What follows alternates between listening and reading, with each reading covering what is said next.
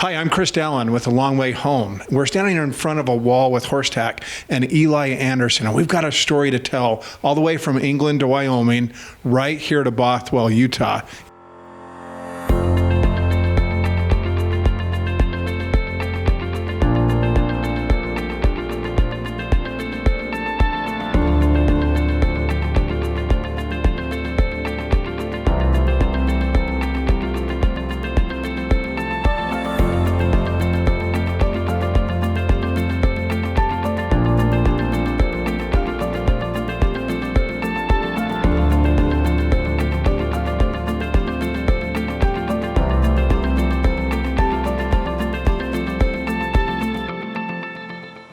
A friend of mine and Jim Weir's called me and told me that he had passed away. And he was in the process of writing a book about the Chicago-style harness. And I asked his best friend, Tom Harrower, I said, did he get his book done?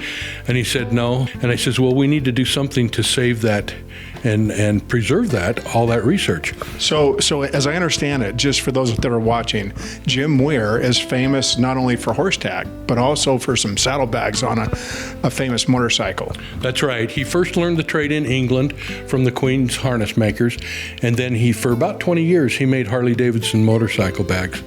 And we have an example of 3 of those bags here. It's really interesting because this horse tack and these harnesses pull all kinds of carriages, wagons, and otherwise. How did these things come to be here? Well, about 35 years ago, I apprenticed under Jim Weir with Tom Harrower, and the 3 of us spent a week at his place in Laramie, Wyoming one winter, and we built this set of harness.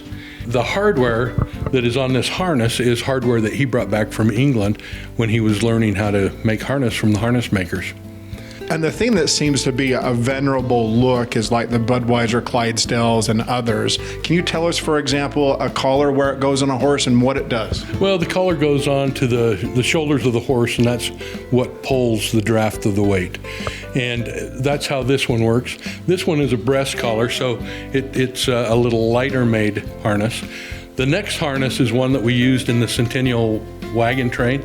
My family had pulled their wagon, and we did that in '96.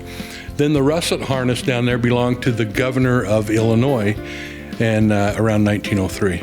As it relates to a horse and how they move a carriage or a wagon, do they push it or do they pull it? Because if they have the collar, they're kind of pushing into it.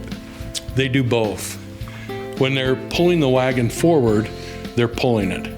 But if they go down a hill, then they're actually stopping it from rolling faster. So they do both actually with a harness.